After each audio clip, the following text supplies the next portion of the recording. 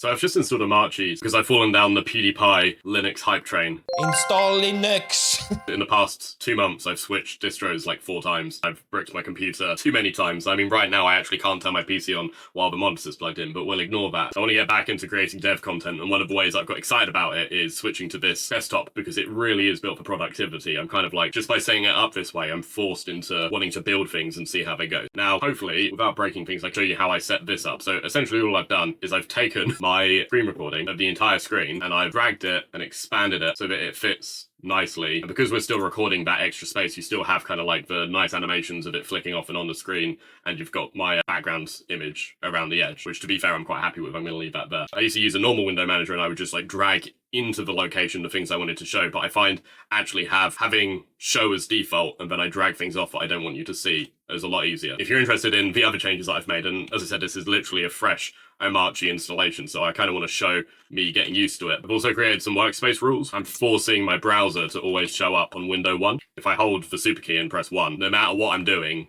the browser's always here, and if I accidentally open this somewhere else, it automatically pulls it to the first window for me, which just keeps things nicely separated. So I have Spotify on my second one, and I have whatever AI I use, ChatGPT, as 5. So no matter what, this is always here. If I'm writing some code and I'm like, oh, I kind of want to ask a question instead of using Copilot, I can just super 5 and get to exactly where I want to be. And just as kind of like a rule of thumb, 1 is my internet, 2 is Spotify, 3 is typically where I have applications running that I'm developing, and then I'll have the code base on 4, and 5 being ChatGPT. And then any kind of miscellaneous stuff that I'm likely to close, I'll open up in anything beyond 5, so 6, 7, 8. For example, right now I've got OBS open on Windows 6. One of the problems I was having was being able to record my widescreen monitor, because what you're seeing now is the full width of the screen, and this isn't great. You know, like trying to map that to a 1080p screen, I'm either going to have black bars top and bottom, or you're going to have like a really cropped view, and I'll show you what that cropped view looks like now. So as you can see, you can only see like a little snapshot of what you want to be seeing, and actually has a really sweet way of fixing this. So I'll switch back just so you can see everything I'm doing. So let me show you the solution. So this is what I've got it looking like. So as you can see, this is opened into just like a section that you can see nicely.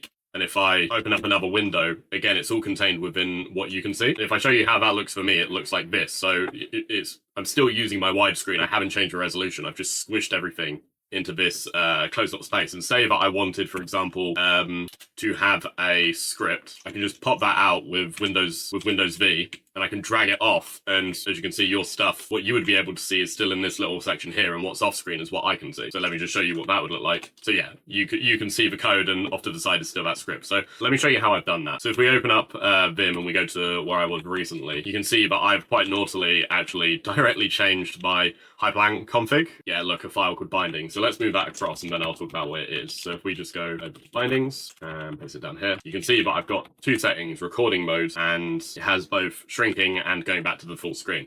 And essentially what this is doing is it's using this command here, which if I pull up in ChatGPT, you can see we're setting essentially a reserved screen space, and we can actually define what size you want to be. So to be fair, I could probably even fit a 4K screen inside of this, but I'm not super bothered about recording 4K for content. I think 1080p is just fine. And to work these numbers out, I literally just gave ChatGPT the size of the screen that I wanted and the resolution of my current screen, and this is what it gave me. I'll leave that command in the chat, and I know this is a quick video, but I found this really useful because it means that I can stick to using my ultra-wide monitor while still recording 1080p videos and have everything in one place. If you're interested in some of the applications I'm making and why I think software engineers should get into YouTube, I've got a video here, but otherwise, thanks for watching. Cheers.